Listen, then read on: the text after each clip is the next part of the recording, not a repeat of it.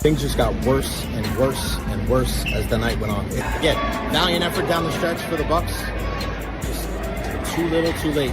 Let's go down and let's see what Coach Fletch and the rest of the crew has to say. And as always, go Bulls. So let's head into the locker room right now and see what the guys have to say about that one. Wow. Where do the Buccaneers go from here? What an incredible atmosphere. What a good win for the Tampa Bay Lightning. They snapped a 7-game winning streak. How we feeling, Bucs Nation? It's time to party, baby.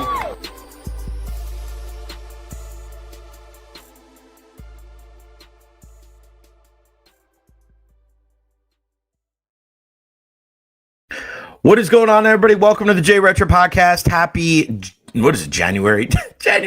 November 21st, 2025. My brain is already on vacation. You already know. I appreciate everybody for tuning in today. Follow me on all social media platforms, Facebook, YouTube, Twitter, Twitch, TikTok. I got my mind on the turkey. I got my mind on the trip.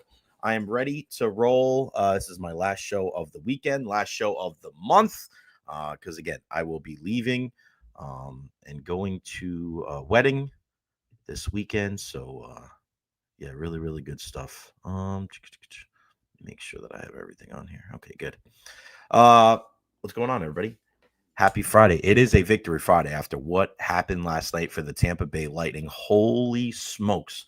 What a game. Probably one of my favorite Recher's rapid reactions of all time. I just couldn't stop saying, oh, shit. Oh, shit. Oh, shit. What a crazy game that was. And hopefully that is kind of the catapult into a successful weekend for our teams here in the Tampa Bay area. It'd be nice if the Buccaneers could go cross country and beat the Rams in LA.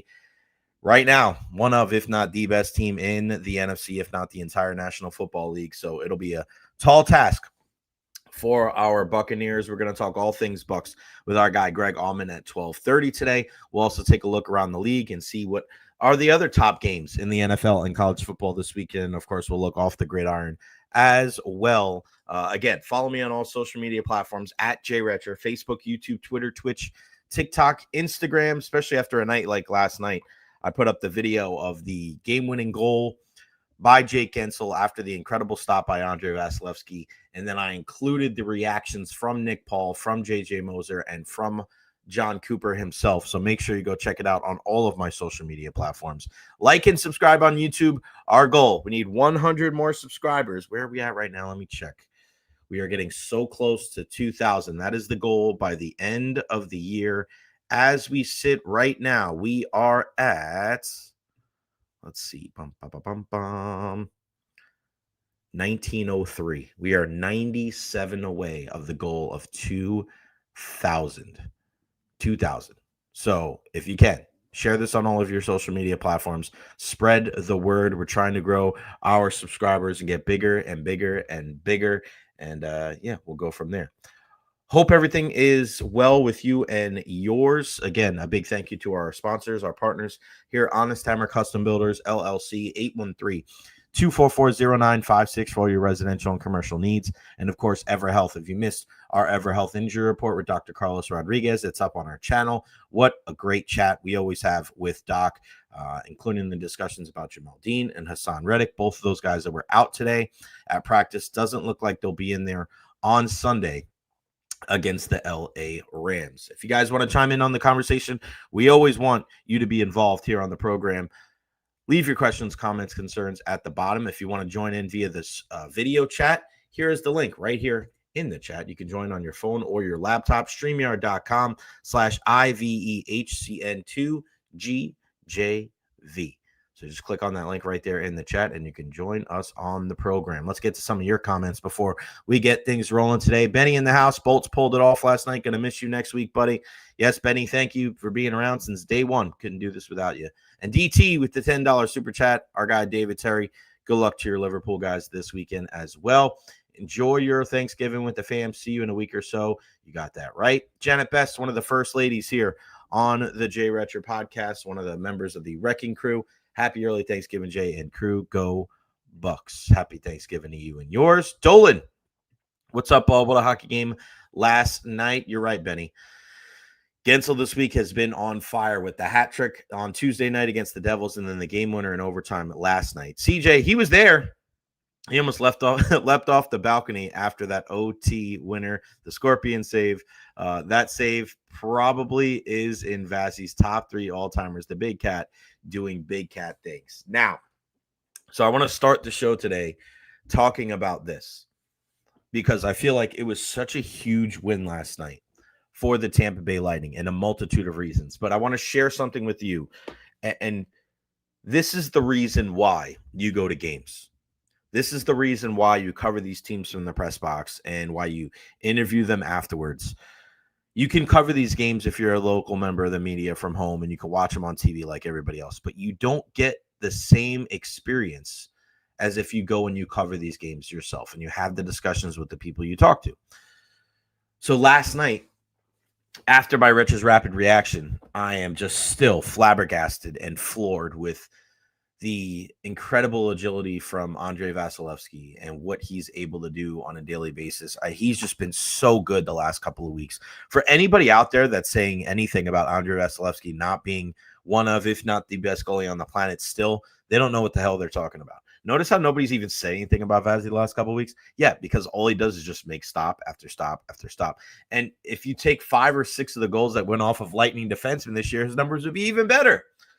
But after Recher's rapid reaction, I go and we're in the freight elevator and we're heading down. And probably one of the most unsung heroes of the Tampa Bay Lightning that not many people know about is their goaltending coach, Franz Jean.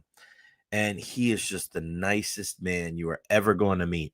And over the years, we've spoken to him. I think we've had him on the air maybe once or twice, but such a nice guy. But he's been kind of one of the ingredients to why the goaltending position has been so good. Because remember, it goes back before Andrei Vasilevskiy. Remember how good Ben Bishop was? Franz was there for that. And just remember all the backups over the years that have come in and done a pretty good job, whether it was a guy like Louis Domingue, whether it was a guy like, who was there? I see his face, but I can't. Brian Elliott was here for a little while. You look at guy right now and Jonas Johansson, like this is such a good goaltending coach, if not the best in the league right now. And Franz gets in the elevator and he stands next to me and I go, Franz, what a save. And he goes, Jay, that is one for the highlight reels. He goes, that is one that you'll see for the rest of his career. And for Franz to say that, who has seen every single game that Andrei Vasilevskiy has played for the Tampa Bay Lightning, for Franz to say that, yeah, big deal. Huge save at the end in overtime there. Unfreaking believable. To watch that game and to see how they played.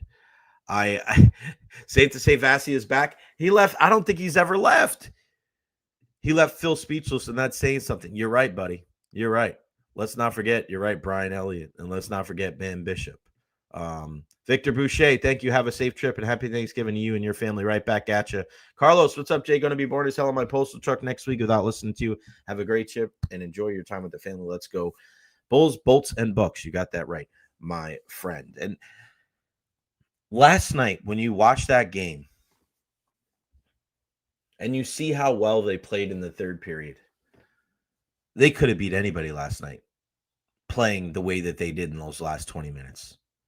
And as I'm watching this game and I'm watching the third period and I see how they won that game, right? Think about it. What have the Lightning done the last couple of games? They have done such a great job of making sure that they play solid defense and that they're handling the puck much better. They're not giving up a bunch of breakaways. They're not giving up a bunch of odd man rushes. They're taking care of the puck. They're playing physical. And they're doing this without Victor Hedman, Ryan McDonough, and Eric Chernak. That's freaking nuts. That is crazy to me.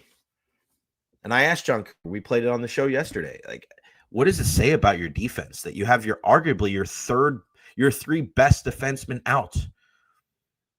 And you're playing this well on the back end. It's uberly impressive. And when you watch the game last night, and I'm kind of with you, CJ, 58 minutes of pure frustration and then 4 minutes of hockey euphoria. It's funny you say that Because as we're getting down the stretch, I'm like, man, this Recher's Rapid Reaction is going to suck. It's going to be boring. What do I talk about? Because it was one of those games. It was almost like a playoff type game where it was intense, but it wasn't like back and forth. McDavid didn't have a bunch of chances. Draisaitl didn't have a bunch of chances. But that's how games go sometimes. It's not the most aesthetically pleasing, but that's what good teams do. Good teams can play games like that and hang around and hang around and hang around. And then finally find the equalizer and then the game winner in overtime. So what did that remind me of last night watching that game? Because, I've been covering this team for the better part of 11 plus years now. And as I'm walking to the locker room and as I leave the locker room after talking to some of the guys, and I mentioned this to our good pal Corey Long, that game last night reminded me of the 2020 Tampa Bay Lightning. That reminded me of this team that won the Stanley Cup 5 years ago. Why, do you ask? Well, think about it. They could win games any way. They could win a game 5-4. They could win a game 3-2. They could win a game 2-1. And that's what we've seen with this team the last couple of weeks. And that is what we saw last night. That reminded me so much of the team that won the first of the 2 Stanley Cups, because we saw games like that before. Couldn't break through,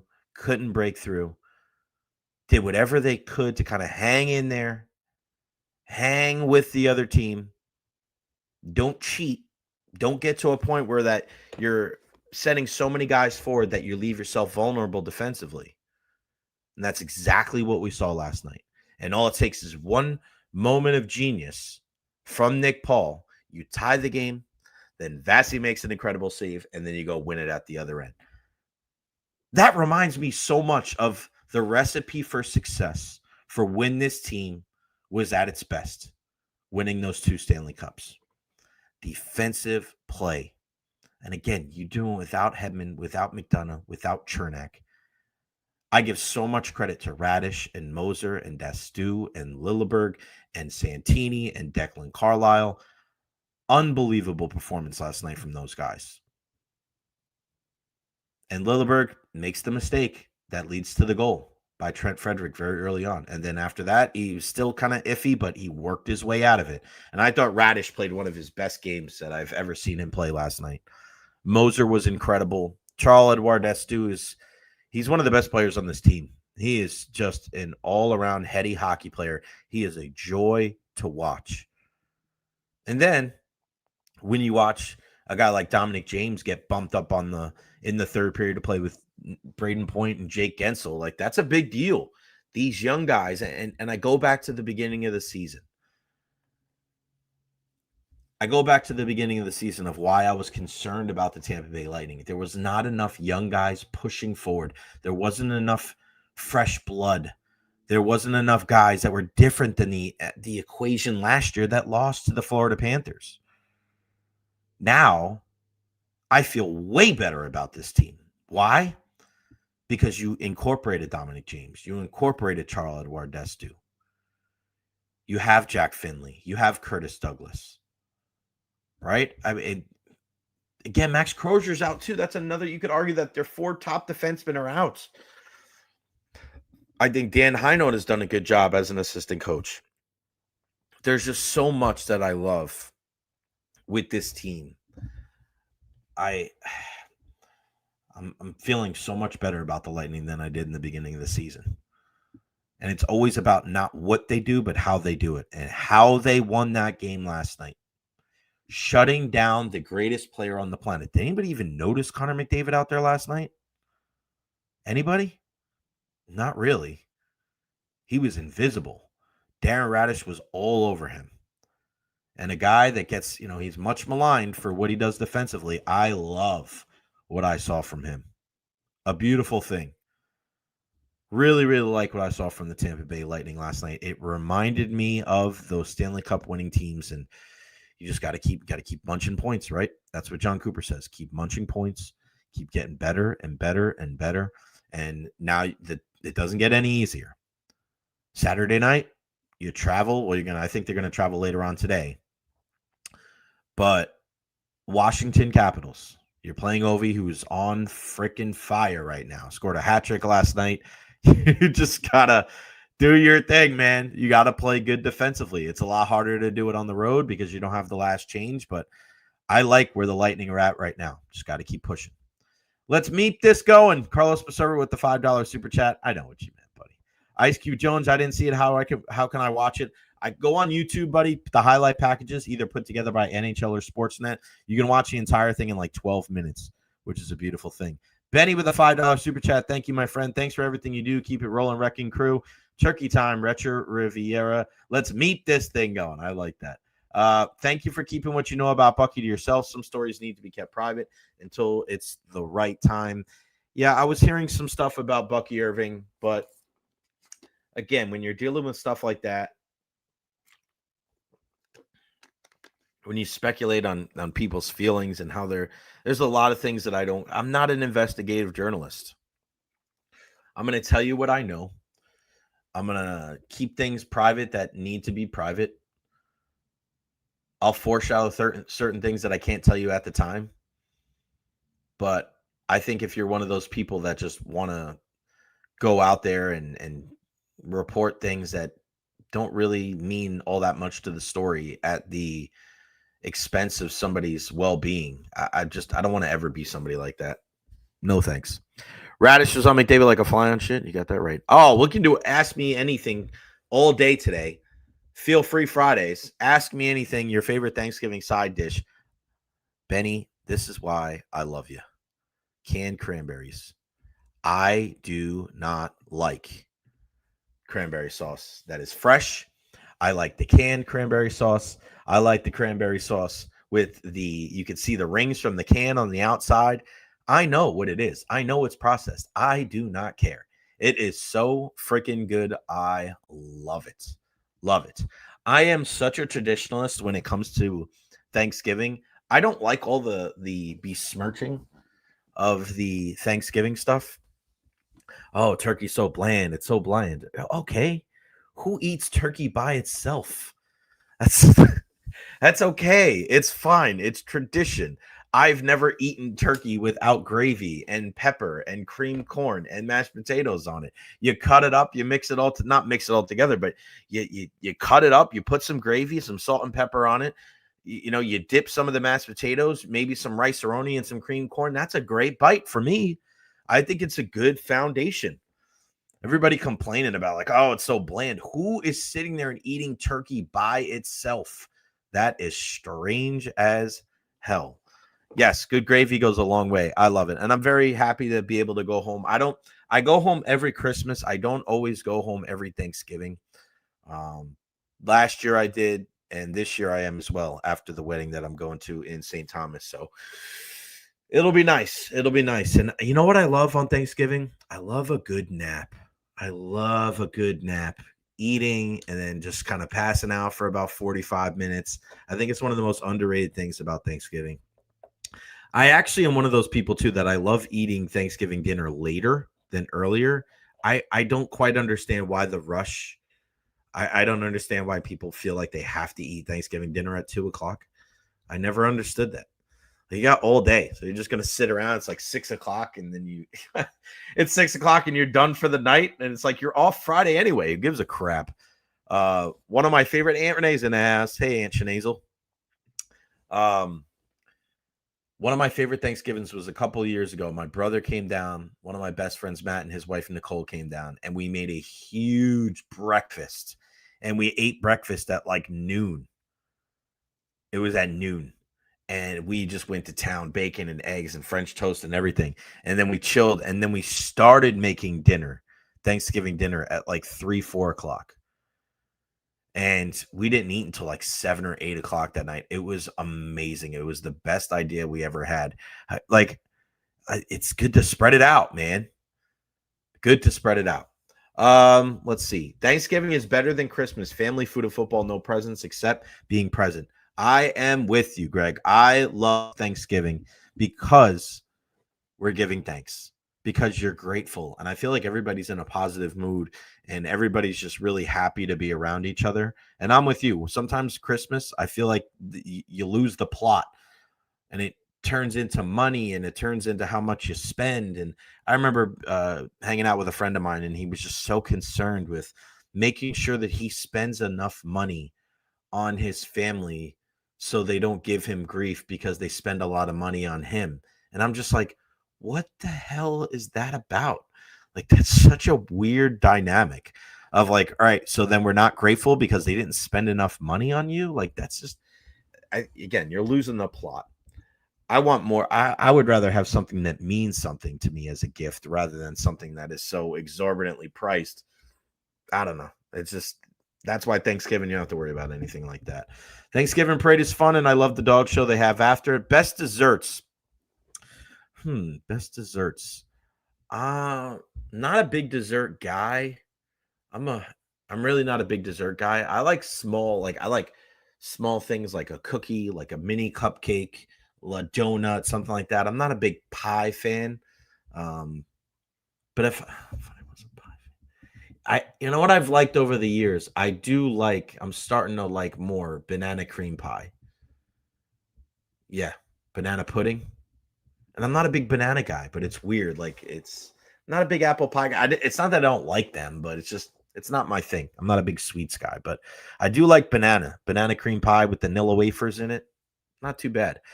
Ask me anything on a day like today. Again, this is the last show of the week. This is the last show of the month because I'll be gone next week. Greg Auman joins us at 12:30 as well. Let's give you an update on Buccaneers practice. Bucky Irving, Chris Godwin Jr., Ben Bredesen, and Chris Braswell all out there practicing for the Buccaneers. Jamel Dean did not participate. Benjamin Morrison came out later than usual, stood off to the side.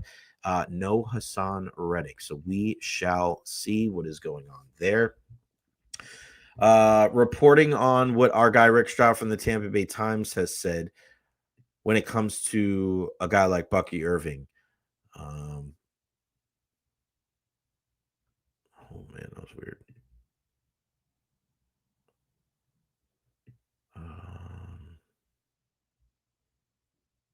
Hold on, making sure I'm getting you guys. Bucky Irving needed some extra support after becoming injured and being away from his time for the first time in his career, according to people close to the situation. And an article written by Rick Stroud in the Tampa Bay Times kind of details that entire thing respectfully, which is very nice. Bucky Irving warms up before practice, and again, this is according to Rick. Jamel Dean, Hassan Reddick were not working and will likely be out for Sunday's game. So, yeah, man. I mean, just mental health is a big deal, and when you have these professional athletes and everything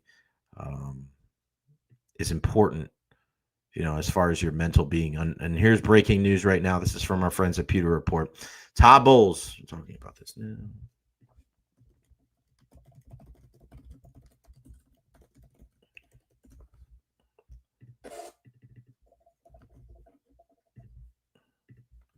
Please hold. Please hold. All right. So we have an update. Flan or tiramisu from Dolan. Yeah, you can't beat that. Good homemade key lime, local. Yeah, that's why you got to go to Key West to get it, buddy. All right, so here is the update from Todd Bowles.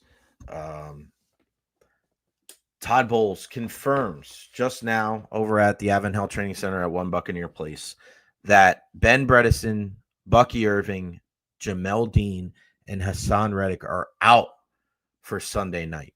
So no Ben Bredesen at the guard spot. Bucky Irving will not be in the backfield, and the defense for the Tampa Bay Buccaneers will be without Jamel Dean and Hassan Reddick. But a good sign that Chris Godwin Jr. is trending towards playing. That would be a huge boost for this offense to aid Baker Mayfield and Emeka Egbuka, Sterling Shepard, and Tez Johnson. And we know what the running back situation is going to be like. You need Sean Tucker to have another strong output. The same thing as Rachaad White. You're going up against the LA Rams that really, they're good on all sides of the ball, a well-coached team. But we now know it is confirmed. Todd Bowles, 2 minutes ago, lets everybody know. Ben Bredesen, out. Bucky Irving, out. Jamel Dean, out. Hassan Reddick out. Chris Godwin Jr. trending towards playing. So we'll see. We'll see what happens on Sunday. It would be great to have him back out there for Baker Mayfield and the offense because I tell you what, you need a little bit of everything when you go against a team like the LA Rams because they can beat you in a multitude of ways. Complementary football is a phrase that's probably a little bit overused when it comes to football, but in order for you to beat good teams, it's what you need to do. And we've been getting on the outside pass rush this week, the last couple of weeks. I mean, as much as we talk about sports and we kind of, this is the narrative, this is what it is right now. The great thing about sports is that it's up to the athletes to change that. The athletes can change the way that we feel based on their production on the field, on the court, on the ice. You could be one way. You could be the guy that doesn't rush the passer well. Guy that can't come up with the big hit. Guy that can't hit the big shot. Guy that shrinks in the postseason. Or you can change the narrative. I think about a guy like Clayton Kershaw. For many years, he had regular season success with the LA Dodgers, and then he goes to the postseason, and he just was not the same guy, and he shit the bed time and time and time again until he did it. And now he's won 3 World Series, and he'll be a first ballot Hall of Famer. I think about Steve Yzerman. How many years he didn't win a Stanley Cup with the Detroit Red Wings before he finally cashed in and won multiple there with Detroit, including one of the best teams of all time. Alexander Ovechkin was on that list too. Could never win the big one. And then he eventually did. And now he's the greatest goal scorer of all time. So it's up to these guys for the Tampa Bay Buccaneers. And I'm looking at the pass rushers. It's up to Anthony Nelson to prove to us that it's not just a 1-week thing. This isn't just something that happens in New Orleans and doesn't happen anywhere else. It's up to Yaya Diaby to prove that all of those people that thought that he was going to take his game to the next level and be a 10-sack guy, that is still in the cards. He's got 4. Can he go on a little bit of a run here? It's up to some of these other guys. It's up to Chris Braswell to prove that he's not a JTS level bust. It's up to Vita Vea to not take any plays off and to have a tackle. He didn't have one last week against Buffalo and Josh Allen. And that's kind of the crazy thing. And Greg Auman's going to join us here in 2 minutes. The crazy thing about this entire Buccaneer situation is you watched that game last night between the Buffalo Bills and the Houston Texans. And a couple of things stood out to me about that game. One is how good the Houston's defense is. And I know you look at their record and they're 6-5, and that win by the Buccaneers is a lot more impressive to me. I think now watching what that defense is like, they hit hard, man. They really do. I like watching that Texans defense. And I think it makes the Buccaneers win. I think over the time, it's kind of grown into a nicer victory than we initially thought. And also, it's frustrating because they sacked Josh Allen 8 times. The Buccaneers couldn't sack him once, not one freaking time. Holy smokes, man. Vita couldn't get there. Elijah, one of the 2 Elijahs couldn't get there. Nobody. That's what's frustrating. Is because I think you watch that game, and as much as you feel better because of how well Houston played, I think you also look at the kind of the dynamic of where the Houston defense is and where the Buccaneers defense is, and you look at that wide abyss between the 2 teams. Not great. And it's something that has to improve. And listen, you need to get Hassan Reddick back. You need to get Jamel Dean back, but I don't know if you're going to have that big transformation like you would if, let's say, you get a Bredesen, a Bucky, a Mike Evans back in that, right? That many guys back. But we'll see. We'll see. That's the hard part about this entire equation. You want to be positive. You want to be optimistic. You want to think that this is going to improve over time. But, and like what you're saying here, Benjamin, in the chat, Reddick hasn't done it. He's only had a sack and a half. You're right. So to think like you're going to get him back and the pass rush is just going to automatically improve and turn back into the 2020 Bucks, I think that's pretty far-fetched. But it's up to them. It's up to them for when he comes back, can he be that guy? Because we'll gladly put our hand up and be wrong. We'll gladly say, hey, I'm glad that it changed. But up to this point, you can only really grade them out for the play that they've shown so far, and it hasn't been good enough. If we look over the last, 6 games or so, and those guys could combine for freaking 12, 15 sacks, then we'll go, okay, better late than never. You would rather have them play better at the end of the season than the beginning of the season. I understand that. But does anybody have real faith that that's going to happen? Does anybody have real belief that when Hassan comes back, he's going to pick up 5-6 sacks, that Yaya Diaby is going to be a 10-sack guy? I don't think anybody, even the most optimistic member of the Buccaneers crew, I don't even think they can say that. And that's scary when you're looking at this team. All right, let's continue the Buccaneer conversation, and we'll do it with our good pal from Fox Sports, our pal Greg Auman over at the Advent Health Training Center at One Buccaneer Place. What's going on, brother? How are you? Doing well. Hope you are too. Yes, my friend. Yes, and we'll get to the story that you wrote for Fox on Baker Mayfield and his time in LA. What a great write-up that was. Congratulations on that. But the update, I just gave it to everybody. The guys that are out for Sunday, Bredesen and Bucky and Reddick and Jamel Dean. Any surprises there to you, Greg? A little bit. I mean, like the idea that Chris Godwin is playing is big. Right, yeah. And they'd be bad. I mean, I think we knew it happened eventually. But on a turf game on the road, I think he had been trending in the right direction. To see video of him catching, cutting, doing all the right things you want to see somebody do to test their leg and feel like they're back. That's a big lift. I mean, this is obviously a team that's missing a bunch of receivers. So to get back somebody as a better complement to Emeka Egbuka, Tez has done a lot of heavy lifting for a 7th-round rookie to have 4 touchdowns right now. But if he could be the 3, if they can, have better depth, I think, Godwin is somebody, when he's healthy, they trust immensely to be able to do everything they want a receiver to do. So big that way. Obviously, some of the others not as good. I think there had been some hope that Ben Bredesen might be able to go. Again, hamstring back after a week or two is asking a lot.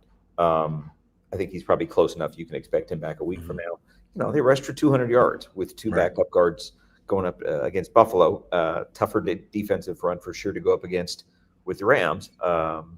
And Dean, I think we kind of expected was out. That'll be, a lot of Benjamin Morrison, maybe some Parrish outside too, but mostly Morrison on Sunday. And then this whole thing with Bucky Irving, right? We knew it was something with the foot and then the shoulder. And now, we're hearing the reports, and we mentioned it before. Rick wrote something up in the Tampa Bay Times about, his issues, maybe some mental issues dealing with it. What do we know? What do we know as far as the whole Bucky Irving thing? And, first and foremost, we care about the guy, right? We're hoping that he's able to kind of push through this. And it's got to be tough, Greg, right? I mean, when you're a guy that has had success at the high school level, collegiate level, and then early success in the pro level, I mean, not saying that he hasn't faced any kind of adversity, but it's, this is the thing that, this is everything to you. And when you get it taken away, it's very sobering, I'm sure. And what do we know as far as Bucky Irving, and when can we think that we're going to see him back? Yeah, I mean, Todd Bowles kind of addressed it after practice there. I mean, obviously, Bucky Irving's dealt with a lot of adversity in his life. I think this was the first time he dealt with an injury, being away from your team. Bowles said he didn't handle it well. And that's a struggle that can kind of be a personal struggle where I don't need it needs to be out there. I think Bowles, made it clear the reason he hasn't played is his shoulder injury. It's not like anything else has kept him from playing. Right. But it's something that, needed some time with. I think they feel like he's in a good place. Bowles said he's definitely trending toward playing next week, which would be big. Obviously, it's been, I think with any injury, I think fans, didn't go on IR. So fans are hopefully gets back within 3-4 games. And, this will be, 7 weeks for him. So it's a big injury, and it's a position they definitely need But it sounds like something where they're going to have him, in theory for the final 6 games and with, kind of build momentum for the postseason. Yeah, and it's a good thing you've seen what Sean Tucker can do and Rashad White. I wanted to ask your opinion on this too, Greg, because Todd Bowles is staunch with the we're gonna ride the hot hand. Why does he go that route? Is it one of the is it a thing of respect for Rashad? Is it one of those things where it's gonna balance itself out anyway, where they will ride the hot hand? Like it just seems like Rashad's a better third down guy that comes in, get you the tough yards, pick up the blitzes, catch the ball out of the backfield. It would make more sense if Sean Tucker, who's a more dynamic runner, was in that Bucky role. Is this more of just a respect thing when it comes to Rashad when he says something like that? Yeah, it's a couple things. I think first of all, I think there are other things. Everybody looks at running back as just a gaining yards position, and obviously there's pass protection. There's other things that I think they trust Rashad White better at. Rashad had a good game. Rashad averaged 5 yards a carry on Sunday as well. Just Sean Tucker had 3 touchdowns. You get a 43-yard touchdown. That's something they've really been missing. I think you're in week 11 and Baker Mayfield has your longest run of the year. That doesn't speak very well for the backs. Mm-hmm. So to get a big long run, that's something they've really missed this year, regardless of the offensive line injuries. So, to hear them talk this week, I think there's an appreciation for what Tucker was able to do, especially building on success. It's kind of like right. if you're out there and you get another chance and you know exactly how that linebacker read you the previous play, there's an advantage to that as opposed to just a cameo where you're getting 3-4 carries in a game. You never really get a feel for the game and the defense and all those kind of things. So I think Sean Tucker has definitely benefited from the bigger doses when he's had the chance. Now, last year against the Saints, last week against the Bills, those are 2 really bad run defenses. So right. I think you can temper the success with that. But I think, a game like the Rams, I think they're going to need all hands on deck. If they're going to compete in that game, they need both backs to play really well. They need somebody to break a 40-yard run. And I think, Tucker, obviously, Rashad does a lot of things. He's not necessarily an explosive 50-yard type runner. And I think they know they have that with Tucker. So I don't know if it'll be 19-10 like the split was in Buffalo, but I think they definitely want to give Sean Tucker drives and the chance to really get into a rhythm and take over a game.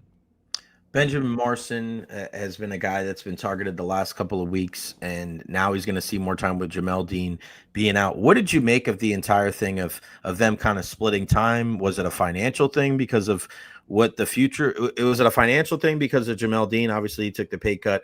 Was it something where, hey, you're trying to get Benjamin Morrison ready for the future? Was it something of, hey, Jamel Dean has a propensity to get injured. He's injured right now, so they're kind of managing his snaps. So what did you make of that whole back and forth? And then what do you think about the progression of Benjamin Morrison? Because he's going to have to grow up quick because they're going to have to rely on him a lot more than maybe they would want in this second half of the season.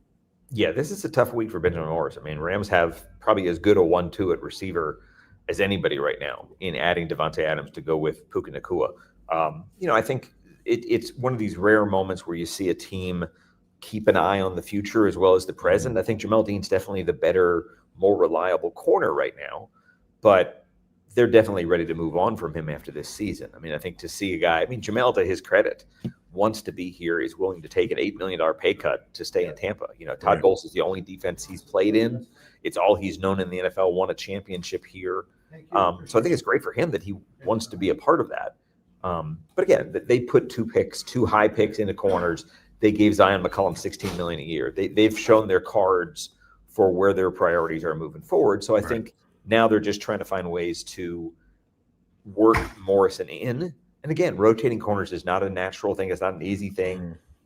You go back 2 games ago, they definitely targeted Benjamin Morrison as soon as he got in the game. It was the long touchdown. I think it was 3 completions. They threw to him 4 plays in a row. So I think, especially when it's kind of a predictable scheduled appearance, it's something that opposing offenses can be ready for. And hey, when that guy's in the game, let's test that rookie right away. But they like Benjamin Morrison. They like the progress they say he's showing. This is a big week for him to show it. And that these are receivers that can make you look bad. Again, if you're struggling with big plays against you, going to the Rams is not maybe the elixir you were hoping for. But we'll see how he handles it. And I think he's going to continue to have a share of this role as they transition from Jamel and now to Benjamin and the future here. Yeah, it's one thing if you have a tandem of wide receivers like that. It's another thing when you have a guy like Matthew Stafford that's been around the block and obviously one of the better play callers in the game in Sean McVay. So it's definitely going to be a tall task for Benjamin Morrison and that Buccaneers defense.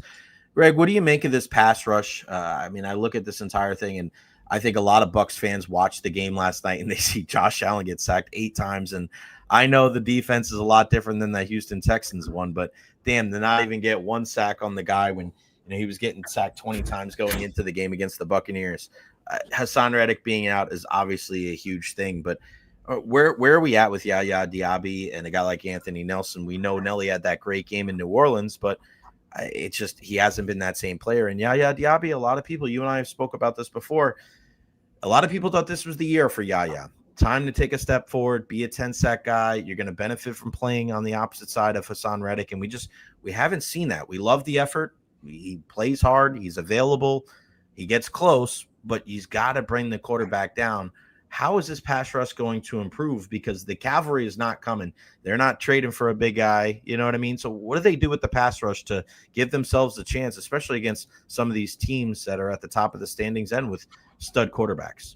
Yeah, it's a problem right now. I mean, it's one of those where if you look at their team sacks, they've got a good number of sacks as a whole, but you're having to see Bulls dial up these exotic blitzes. And I think, unfortunately, the byproduct, those yield sacks and pressures and fumbles, but they also yield opportunities for opposing quarterbacks to absolutely exploit a hole in the defense. Right. And you have less people deep and ready to handle things.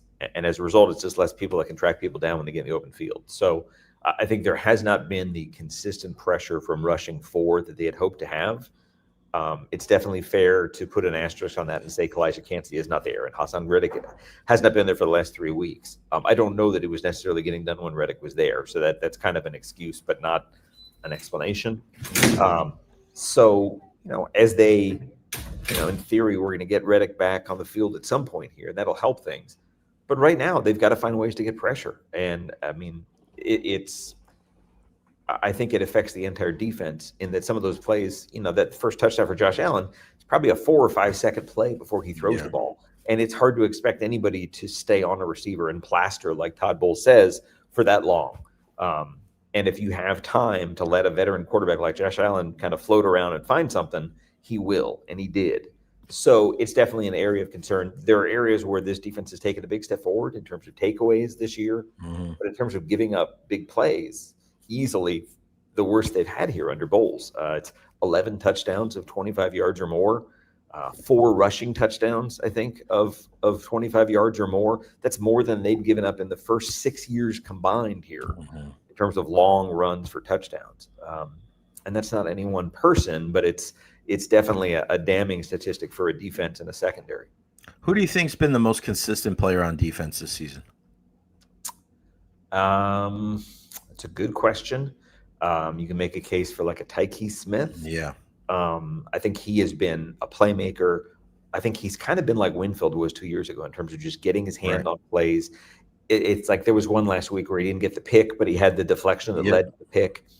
He's just an instigator and makes things happen and a catalyst for this defense. So it's crazy to go after a guy who was first year at his position, but I would probably start with him, honestly. I think Levante's kind of been a step slower. I think he's made some big splash plays, created some turnovers, but hasn't been what I think of his usual Levante David self out there. Not really anybody on the front. There's definitely times where Vita Vea is just a massive presence, but there are other games I think he had 0 tackles in. Yeah, and zero last week.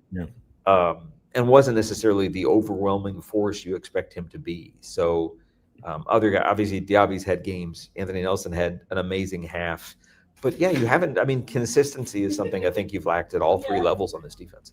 Yeah, and I think when you look at it, you could say that Elijah Roberts has been pretty good in his limited time, and Jacob Parrish has been good. So I think it's a little worrisome that you have your most consistent players are the guys that you were expecting to have some growing pains, and those guys have really, kind of played pretty well.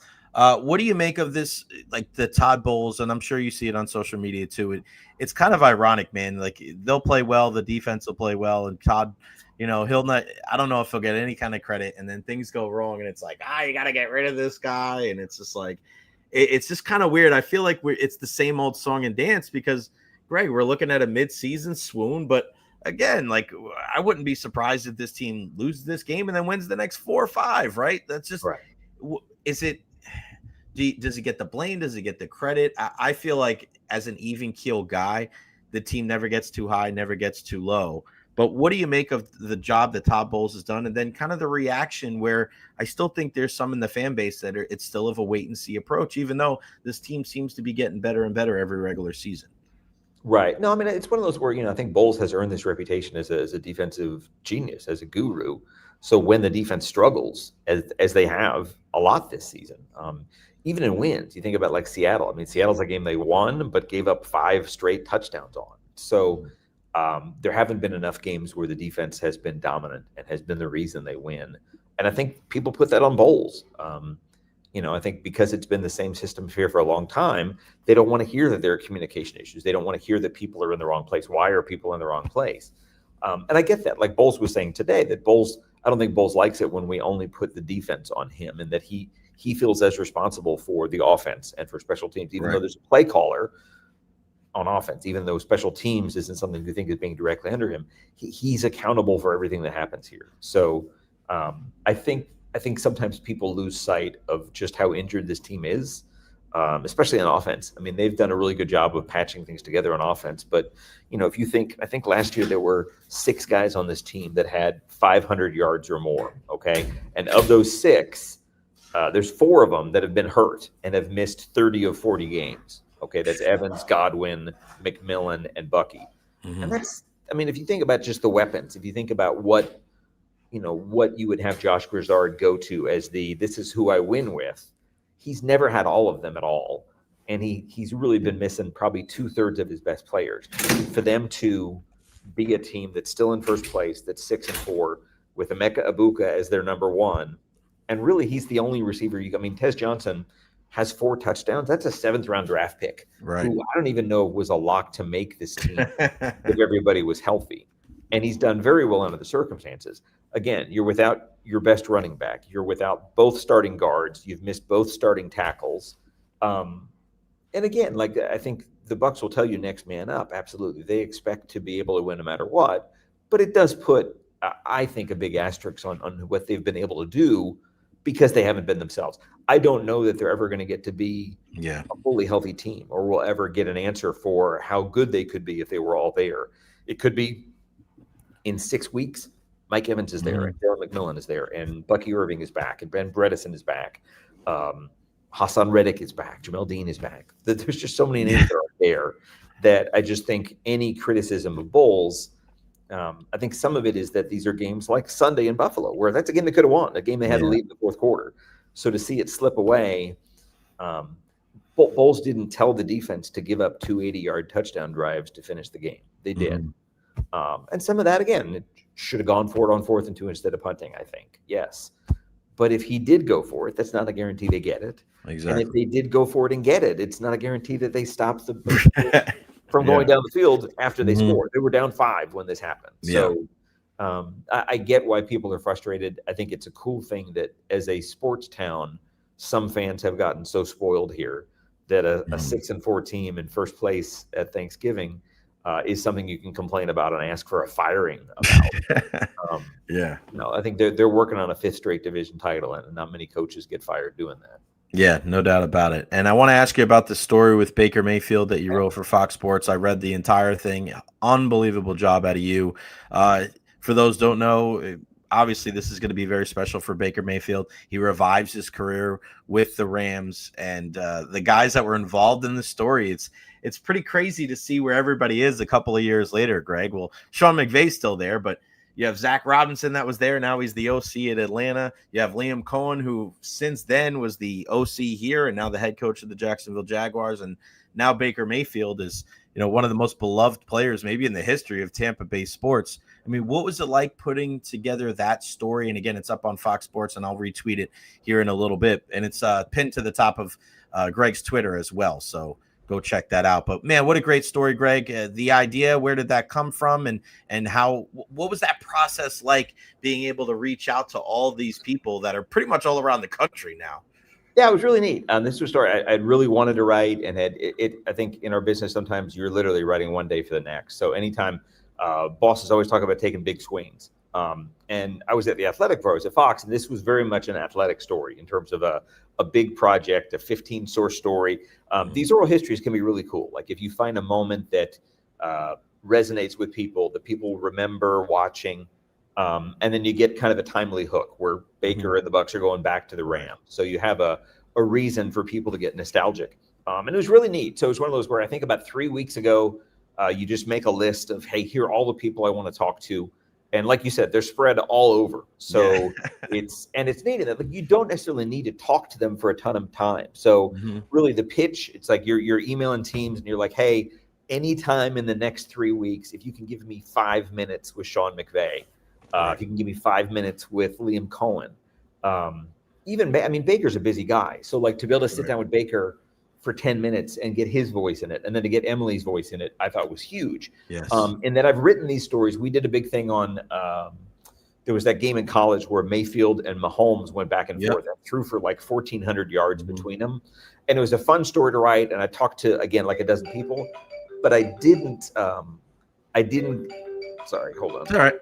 I didn't get Baker for that story. So you had some old quotes and it's just not the same. So this was really cool in that if you give these teams a couple weeks and you say literally anytime that he can take time to call, I'll step out of whatever I'm doing and I'll talk to him.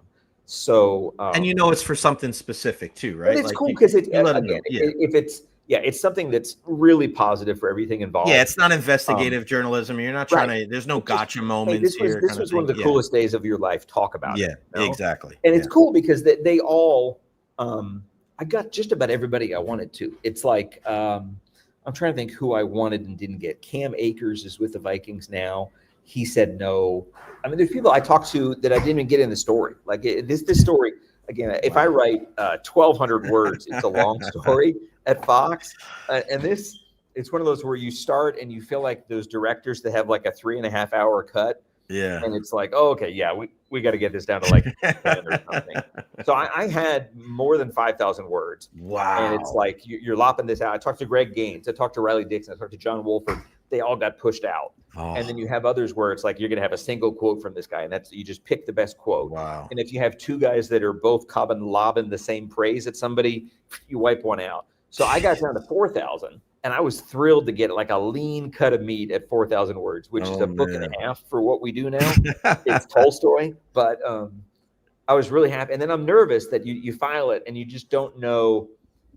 You don't know how long people think readers will sit through stories. Right. So I was worried it's going to come in at 3,000.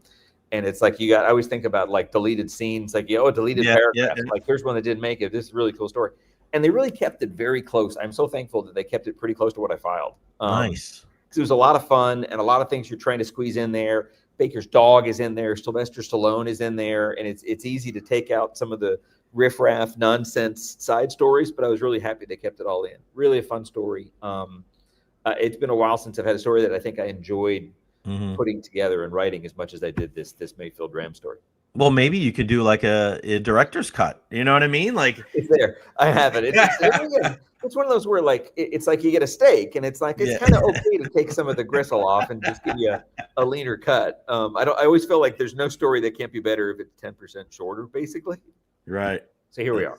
Well done as always, my friend. Follow him on all social media platforms at Greg Auman. Again, I'm retweeting it right now. So go check it out right now on his Twitter /X and on mine as well. A really, really good story on Baker Mayfield and that incredible time that he had in LA with the Rams and Sean McVay that revitalized his career. And thank goodness for that, because the Buccaneers are certainly enjoying the ramifications of that relationship. Greg, thank you so much, my friends. I have a great Thanksgiving with you and yours, and we'll talk to you in a couple of weeks. Thanks, buddy.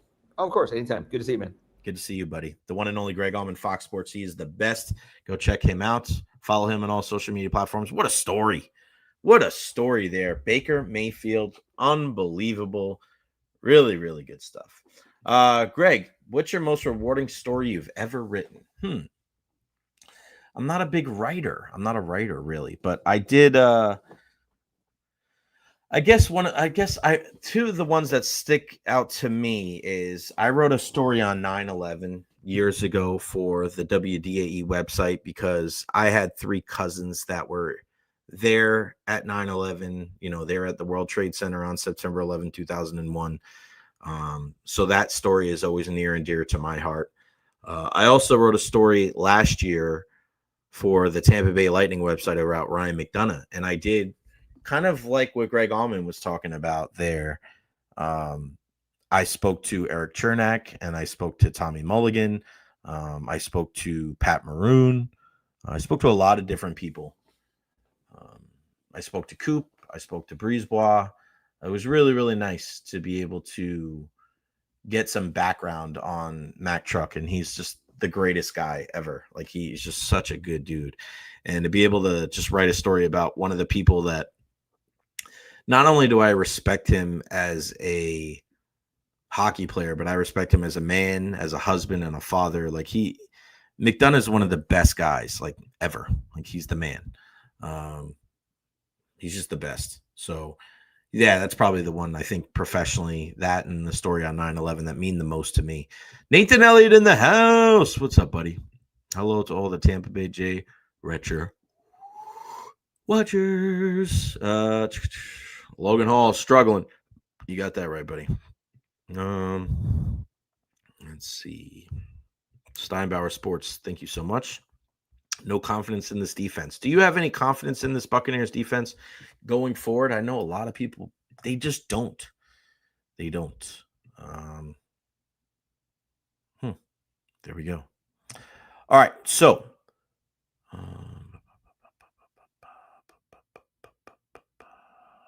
I don't know what that means. All right. Guys, make sure you follow me on all social media platforms: Facebook, YouTube, Twitter, Twitch, TikTok, Instagram. And of course, we want to show love to everybody that supports me. Carlos Becerra, Benny, David Terry. Thank you so much for the super chats. That is how we are going to continue this podcast going. The super chats, and of course, the work with our partners. Honest Hammer Custom Builders, LLC, for all your residential and commercial needs. 813-244-0956. I love the guy. My guy Russ over there. He just busts his ass. He cares so much about our community. He's a Tampa Bay legend. He's a big Tampa Bay fan. He's a USF grad. You want to support local. You want to support companies like Honest Hammer, Custom Builders, LLC, new construction, commercial construction. You got a plot of land. You want to build a brand new house? Boom.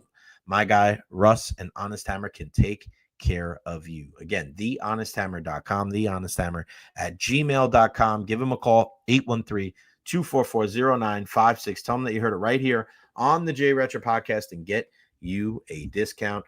Tim Word says, pissed me off watching that game and being in Buffalo. Oh, Tim, you went to the game. That's rough, dude.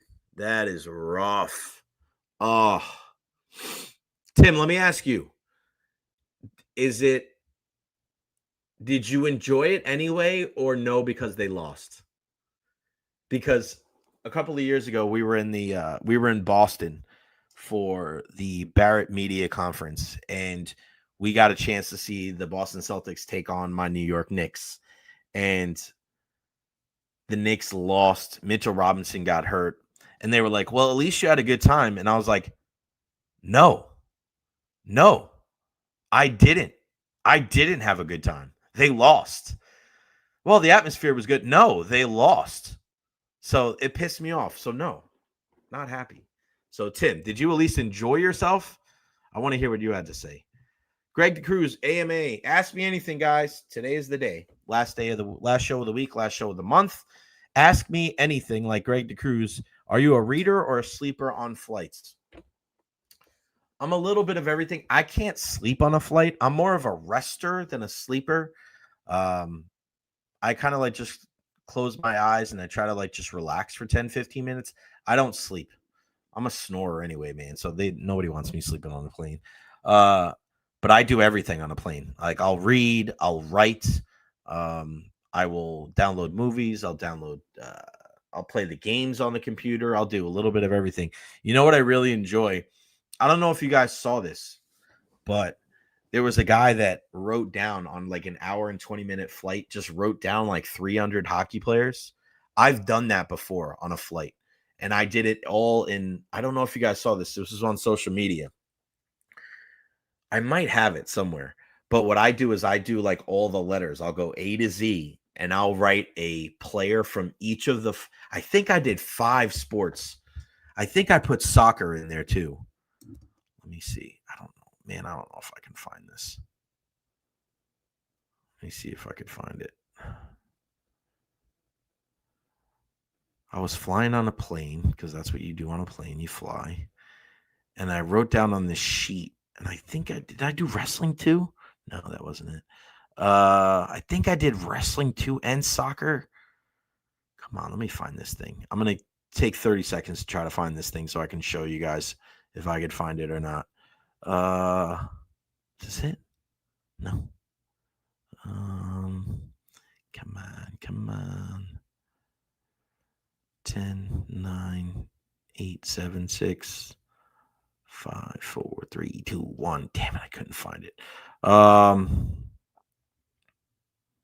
Shit. Thought I was going to be able to find it for you guys. Was it maybe one of my baseball trips?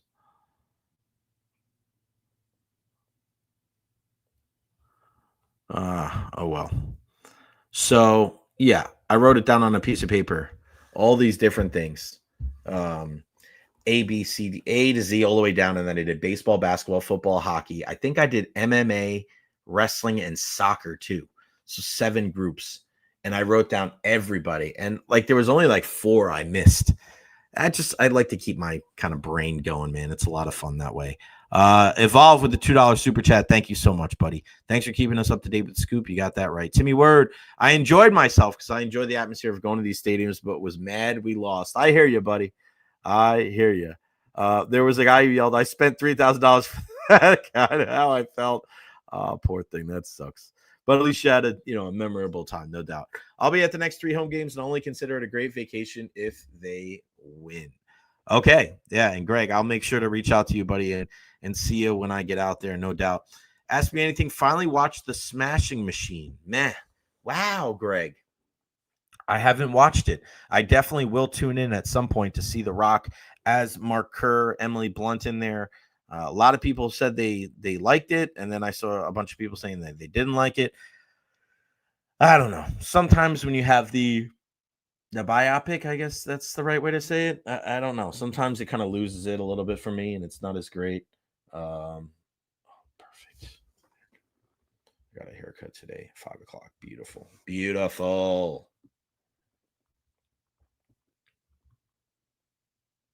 There you go, 5 o'clock. Haircut. Your boy's got to get fresh to death.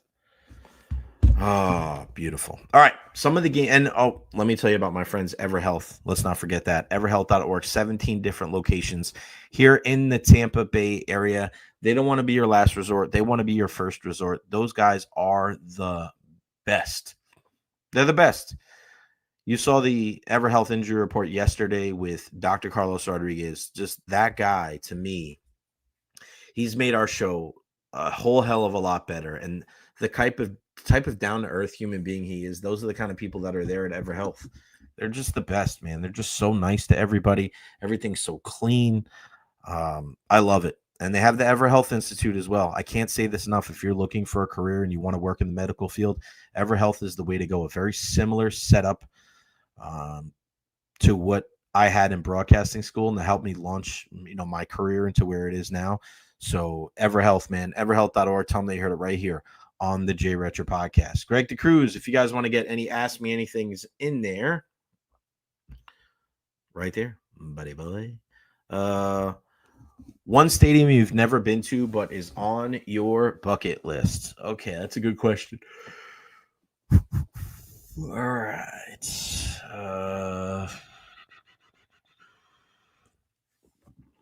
Probably, I would say it's been, because like some of the places I've been to, Jerry World's, I've been to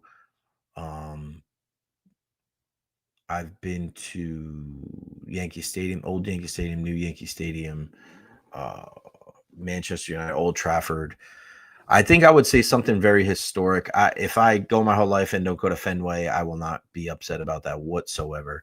I would probably say Wrigley or Lambeau or Chavez Ravine in LA. Like those three places I think really stand out to me. Timothy Word, I got a wrestling question. How do you feel the talent is being used in WWE? I think it's up and down as far as like we see these waves when you get into wrestling, which is a lot of fun. I am not one of those people that is always like bashing the promoters and the the decision makers, because I know it's not an easy job. You're trying to have long-term storytelling in your head and also listen to the audience. So I get that sometimes it's different wherever you're at. I'll tell you one thing that needs to change. I think that they need to take Jimmy Uso out of the War Games match. I was mentioning this last night. You have a War Games with Paul Heyman's team, which is Brock Lesnar and Braun Breaker and Bronson Reed and Drew McIntyre and Logan Paul, 5 huge stars. And then you have Roman Reigns, CM Punk, Cody Rhodes, Jey Uso, and Jimmy Uso. And Jimmy's the only guy out of that group that hasn't been a world champion. And I think when you're going against such a monster of a team, I think that's a problem. I think you need another big guy. I think you need to get a Obafemi from NXT. I think you need to get a Jacob Fatu. They got to change something. As far as John Cena's stuff, I hated the heel turn because they didn't, if anybody says that's the greatest heel turn of all time, you're wrong. Because the heel turn of Hulk Hogan transformed the industry. The heel turn of John Cena was just a blip in the radar and was quickly, not quick enough, rectified. It was just awkward. What WWE and wrestling needs to understand, when you have guys that come back or guys that are leaving, people want to cheer for them. They don't want to hate them. So it was like when Edge came back and he went into the Judgment Day, there was a heel group. Like Edge was going to cities that he hasn't been to in 10 years. People don't want to boo a guy like that. You want to cheer for guys because you haven't seen him very long. So you can't turn a guy heel that early. Just like you turn John Cena heel if you're going to Tupelo, Mississippi, and it's the last time you're going to see John Cena. You don't want to boo the guy. You want to cheer for him. So it's just, you got to take that into consideration. Ask me anything, Nas or Jay-Z. I was always a Jay-Z guy. A lot of respect for Nas. Incredible. I think Nas is the closest thing we ever saw to Tupac. More of a poet than anything else. But as far as my liking, Jay-Z was kind of more like Biggie, in my opinion. And I was always a Biggie guy. So to me, Jay-Z. Jay, have you finished? Have you mentioned the Tropicana Field roof is finished? Indoor renovation starting soon. A beautiful thing. We just saw it on social media. We saw the the panels put in all 24. Such a great sign going forward. I love this. Love this. It's a beautiful thing. Baseball in St. Pete next season. We will be ready. Hello, Granny Smith. Good to see you. Ask me anything. Schaefer, Bedard celebrating any or all of them making the Olympics. I would say no to Schaefer, no to Bedard, maybe Celebrini. The thing that people are forgetting is where are those guys going to play? You're not putting them on the power play over McDavid and over McKinnon, right? Like, it's a weird Crosby. So it's like, oh yeah, put them on the team. So what? Those guys are going to kill penalties. That's the guys you're going to rely on. So we always remember Stammer didn't make it when he was 18. It's not about the offensive forwards. It's not about the 12 best. I think Schaefer's a beast. Unbelievable. But there's something about Celebrini. There's just an it factor with that kid that I just think if he makes it, I wouldn't be surprised. Eric Marino. Yeah, man, I'm taking calls. Always, buddy. Always taking a call for you. There's the link right there in the chat. Feel free to hop aboard. You guys can ask me anything. Favorite breed at the AKC Dog Show. Let's go with the French Bulldog. You were great on radio, but this platform you've created is even better. Very interactive. Great guest. Amazing. Thank you, Greg. You are the best. Illmatic is the greatest hip-hop album of all time. Oh, Greg, that was the other thing. You really made Dr. Rodriguez smile yesterday when we were talking about getting a clinic down in Costa Rica. He thought that was so funny. That was pretty cool, man. Illmatic is the greatest hip-hop album of all time. One of the greatest of all time. I don't disagree that it's one of the greatest of all time. Yeah, unbelievable. Unfreaking believable.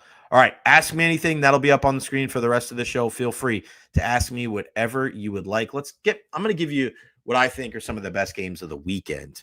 We'll start in the NFL, and this is kind of a weird schedule for college and the pros, and you're looking at everything and you're going, I don't know if there's many like you really write home. The Bucks and the Rams are going to be one of the better games. Steelers, Bears, what happens with Aaron Rodgers?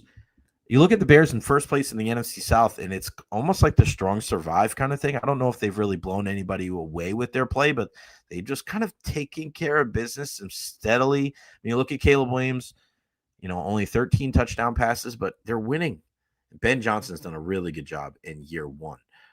Vikings Packers is always a game that's a good one in Lambeau. Vikings at 4-6. They got to get more consistent play out of the quarterback situation.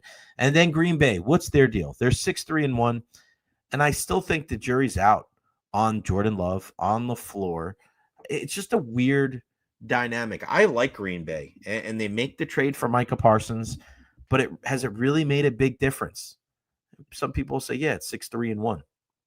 But they're not mentioned in the conversation enough as one of the better teams in the NFC.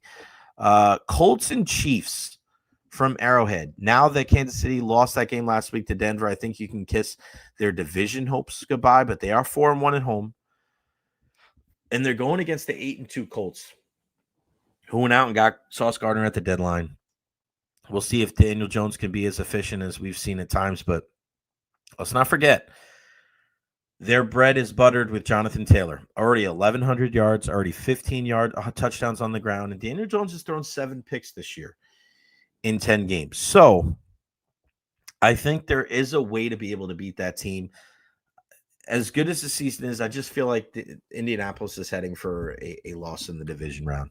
They're a good team. I just don't trust Daniel Jones. Some bad football games. Jets, Ravens, Browns, Raiders. Jags play the Cards, Eagles, Cowboys, Falcons, Saints, Wolf. But I want to talk about these two games, Eagles and Cowboys from Arlington. And the national media, we spoke about this on Monday, where how quick do you turn the TV off when they talk about Dallas? This is one of those games. Okay, if you're one of those people that are like, come on, man, and you're pushing for Dallas, this is an opportunity for them to show going up against the 8-2 Eagles that maybe we should be paying attention to them, because then they'll be 5-1, and they'll be right on the outskirts of a playoff spot. But what happens when they face a team like the Eagles that is just so dominant on both sides of the ball as far as the trenches go? And I know that they've had their ups and downs, the Jalen Hurts unappreciation, the stuff with A.J. Brown. We've seen this the last couple of years where they have such an incredible record and they win in spite of some of the off the field stuff. I don't get it. It's so strange. And then Monday night, Panthers, 49ers. And when you look at Carolina, I mean, we're rooting for San Fran here in a big way, but who is going to count out the Carolina Panthers and the job that Dave Canales, Ted McMillan, and Rico Dowdle, like, they got to run the football. You got to try to keep whoever it is, Mac Jones, Brock Purdy, Christian McCaffrey, keep those guys off the field in any way possible. No doubt about it. Evolve, I was influenced by Nas for sure. One of the illest pens in the game. Early UFC tomorrow. Greg, we'll get to that in a second. I'm going to say Jay-Z's the better hitmaker. Nas was the better rapper, though. Yeah, I mean, you got to really search. And for all the people, when you look at the blueprint and you look at all the different songs that Jay-Z has made over the years, I think he's one of those few guys where you look at what he's done commercially as far as in the mainstream of music. I don't know if that's – I get other people you say, well, like, oh, well, not a one-hit wonder, but he only makes poppy type of stuff. He only makes stuff that you can hear on, top 40 radio. You got to do your homework and dig deep into some of the old stuff with Jay-Z, because that stuff that really isn't as mainstream. We're not talking about like Big Pimpin' and some of these other stuff. We're talking about just go farther back when Jay-Z was younger. I mean, fire. Some of my favorite songs of all time, no doubt about it. All right, on the college side. All right, Florida hosting Tennessee. Oh, man, where have we gone? Where have we gone with the college football? This is just a weird week. It really is. We're looking at some of these matchups, and does anything really stand out to you? I mean, you have number 22 Missouri traveling to Norman to take on Oklahoma. The Sooners coming off of that huge win over Alabama and Tuscaloosa last weekend. John Mateer, can he continue his improved play since coming back from that hand injury? Ohio State plays Rutgers. Texas A&M plays Samford. Number 13 Miami. Okay, this is that game. You're 13th in the country, Miami. People are still kind of out on you, but they saw what you can do. And you go to Blacksburg to take on Virginia Tech. You're an 18.5-point favorite. You know James Franklin's going to be the guy. You know that this is just, man, don't blow. This is kind of like what we said with Florida State earlier this year against Virginia. Don't blow this opportunity. These are those tricky games. If you're a betting man, I'm taking the points with Virginia Tech. Take the points. College football is so funky. It really is. You look at it like, oh, they should. These are still young men between the ages of 18 and 23. You don't know what's going to happen. USC and Oregon, an old Pac-12 matchup, which is now a battle between two of the best in the Big Ten. It's still so weird to say that. But Oregon's only loss of the year, that throttling at home to Indiana. Can they stave off another challenge in the conference and really just fortify their spot as one of the teams that's going to be in the college football playoff? SC, I think you look at their situation and with Lincoln Riley there, I don't know if they're getting enough credit for what they've been able to do this year. They're 15th in the country. You're kind of looking at them. You're 8-2. Your two losses come to Illinois and Notre Dame, but solid the rest of the way. I know the rest of the schedule isn't great, but you beat Michigan handily too. I didn't think that game was all that close.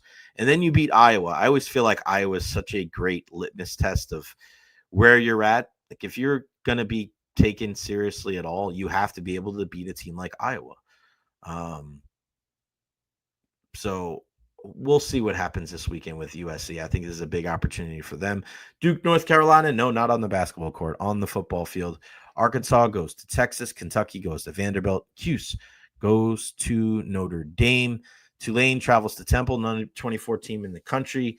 Got TCU going to Houston as well.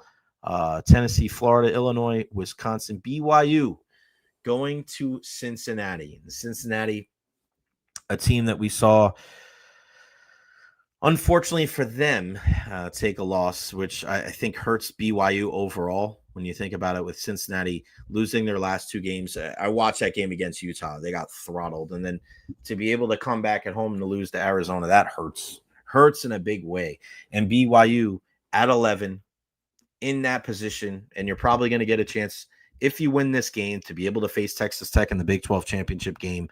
But you can't falter here. You can't falter against Cincinnati if you're BYU. You got to take care of business. And then USF against UAB. I think a lot of people are maybe just a little apathetic right now when it comes to USF. You're hoping that they finish the season strong. You're praying for anarchy and you're praying for chaos in the American, and just hope that a bunch of the teams that are ahead of them lose. But it's tough when you don't control your own destiny. It's tough when you had every single opportunity to take care of business, win that game against Navy, take care of these two cupcakes at the end, and then play and probably host a conference championship game. But unfortunately, they were unable to do that. And now you're waiting and you're hoping for a miracle. Can't knock the hustle. My Sooners are getting screwed in the rankings. They're eighth. I don't think they are. I think they're in a good spot. When USC versus Oregon is the best matchup, snooze. Yeah. Listen, that game could be good, though, because there is some history there. And, you know, with Dante, and I just like two big profile head coaches, too. I hope that there's a lot of smack talk. I like that kind of stuff. I like when there's extracurriculars and, you know, it just builds the ambiance. It builds the tension and the intensity in the game. I like it, man. I want to see more of it. Show me more of it. All right. Again, ask me anything. We'll take a couple more of your questions as we go. Ask me anything. This is the last show of the week. This is the last show of the month. I hope everybody has a wonderful Thanksgiving. It's going to be a lot of fun over these next couple of weeks. What else is on over the weekend off the gridiron? Because I give you that love here on the program. UFC Fight Night tomorrow. There is some good fights tomorrow. Now, it's in Qatar, so the prelims start at 10 a.m. The main card starts on ESPN Plus at 1. Arman Sarukian and Dan Hooker. I would highly doubt that this fight goes the distance. The welterweight co-main event between Bilal Muhammad, the former welterweight champion, against Ian Machado Gary. Ian talking a lot of smack. The welterweight division right now could be one of the hottest. When you see what Pratis was able to do, when you see what Islam was able to do, watch out for this one. Light heavyweight matchup between Volkan Ozdemir and Alonzo Menefield. You could see a lot of finishes. Jack Hermanson against Orlbai. Kyoji Horiguchi still fighting in MMA. Wow. Former champion in Japan, still fighting with the UFC, 34-5. Let's see if he can climb up the rankings in the flyweight division. Nick Dalby's fighting as well. I'm trying to see if there's any other big names. That's pretty much it. But keep an eye on that card early if you're looking for something to do before college football. They will take care of business. I look at the NBA side and the schedule there. A couple of good matchups tonight. The big one is Nuggets and Rockets. Denver, 11-3, led, of course, by Nikola Jokic, who's averaging a triple-double. And the guy that I've been saying pretty much all year is kind of the next coming of Nikola Jokic, and that's Alperen Şengün, the big man in the middle for the Rockets. The Rockets, you know what I love about Houston? Is that Houston, I think, is the number one scoring team in the NBA, and I think they're maybe 29th or 30th in 3 points, 3-point field goals attempted. It's a throwback type of team, man. They go down low. They rebound the basketball. I really enjoy them. And they're doing this without Fred VanVleet, too. To do this out without Fred VanVleet, it just shows you the job that Thompson and a guy like Kevin Durant, it's a joy to watch. Knicks Magic tomorrow. I wish I could go, but I'm obviously flying out, or else I would be there in Orlando to watch that one. The 9-5 Knicks, the 9-7 Orlando Magic. How about the Pistons sitting at 13-2? Cade Cunningham, I mean, he's got to be one of the front runners for MVP right now. They go to Milwaukee to take on the 8-8 Milwaukee Bucks and Giannis Antetokounmpo. And then on Sunday, Lakers, Jazz, Heat, Sixers. They're both 9-6 there. What a performance from Tyrese Maxey last night. The Magic traveled to Boston to take on the Celtics. So, and then, of course, Spurs and Suns. Anytime you get a chance to watch the Spurs and Wemby, even though I think he's banged up and he's out, but you get a chance to watch him, do it. Pop the trunk. Do it. Lightning in action on Saturday in the nation's capital against the Washington Capitals. So let's hope that they keep their winning ways going there. Let me see if there's any other primetime matchups that you guys should keep a close eye on.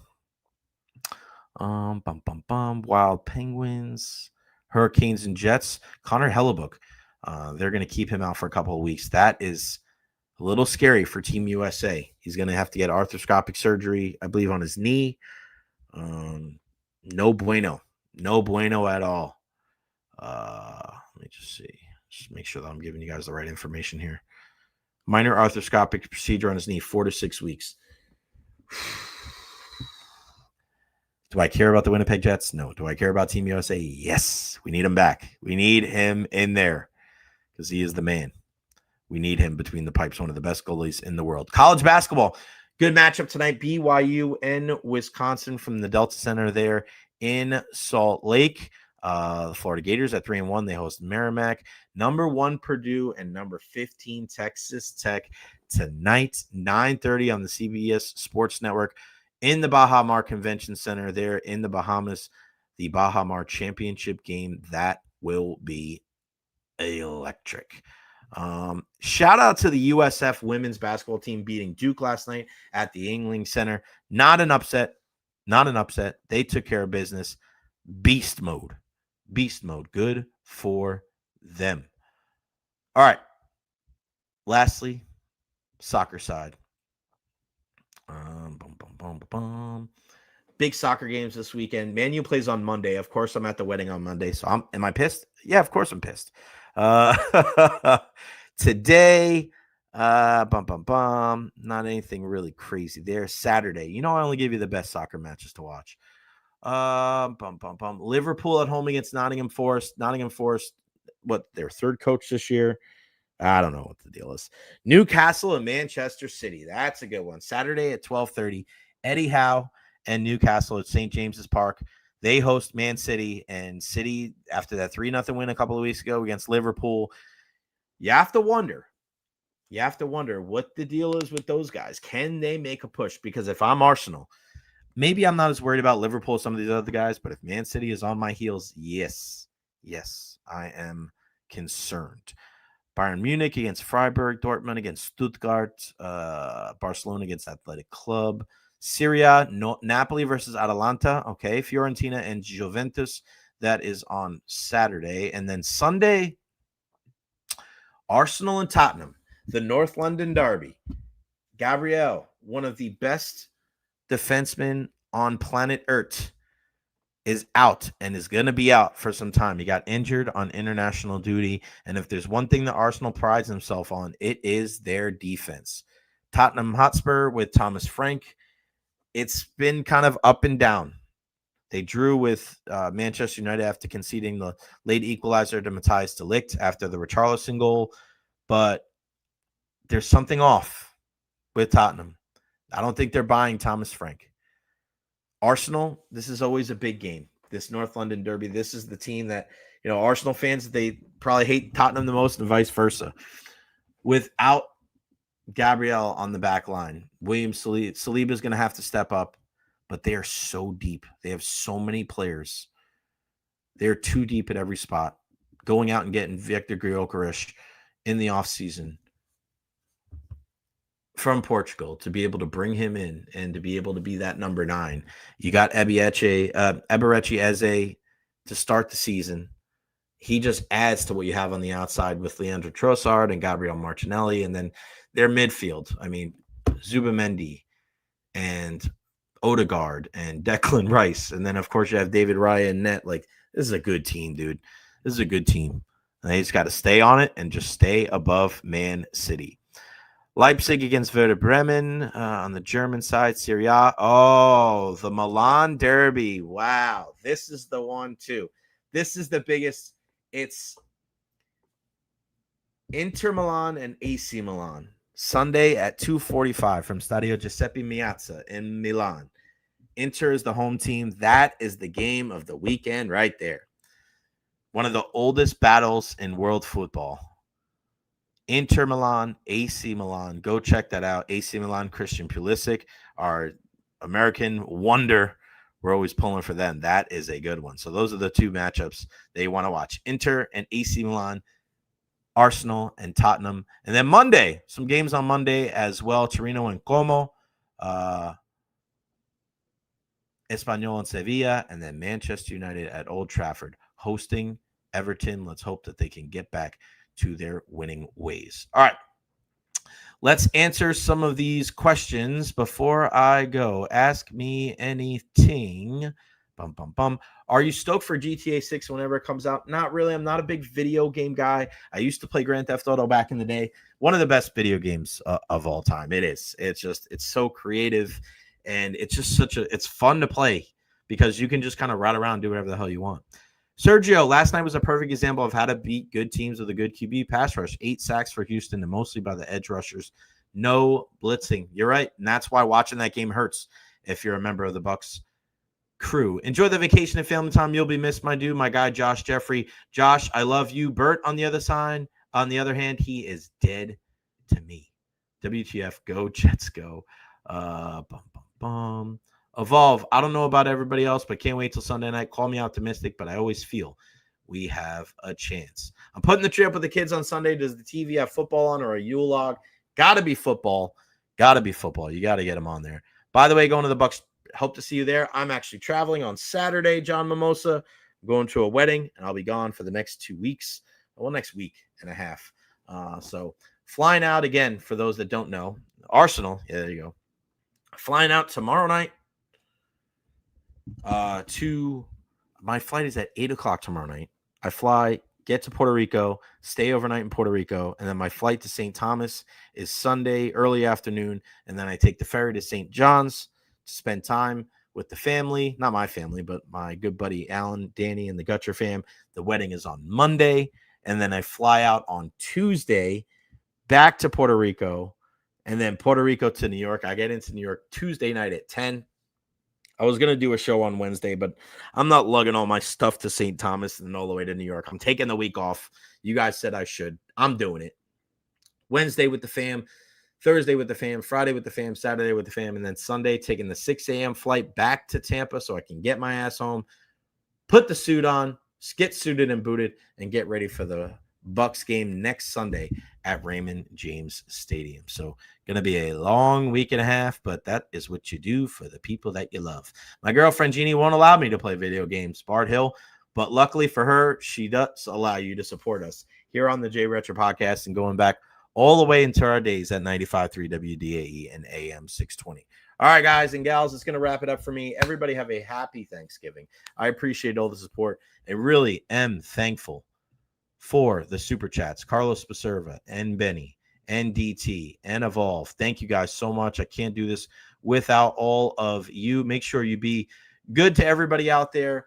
Be grateful. I love Thanksgiving because it just gives us a moment to reflect, perspective, point of view. There's a lot of things that separate us in this world. There's a lot of hardships that we encounter every single day, but take that day and find things to be grateful for and find ways to show love and appreciation to your friends and family, and then try to carry that over. Try to carry that over and make sure that Thursday is not the only day when you act like that. A big thank you to Greg Auman from Fox Sports. Read that article on Baker Mayfield. Beautiful. Honest Hammer Custom Builders, EverHealth, and you. I love you all. Thank you so much for the support. Man, I think this is show 196, so we're going to have over 200 shows by the end of the year. How wild is that? We got to get those subscribers up. Got to get to 2,000. I love all of you out there, Dolan and the entire crew, the entire Wrecking crew. You guys are the best. I love you. I'll see most of you when I get back. I'll see some of you on Tuesday night, but you guys are the best. I appreciate you. I love you. Thank you so much. We'll see you a week from Monday at noon right here on the J Recher podcast. Happy Thanksgiving.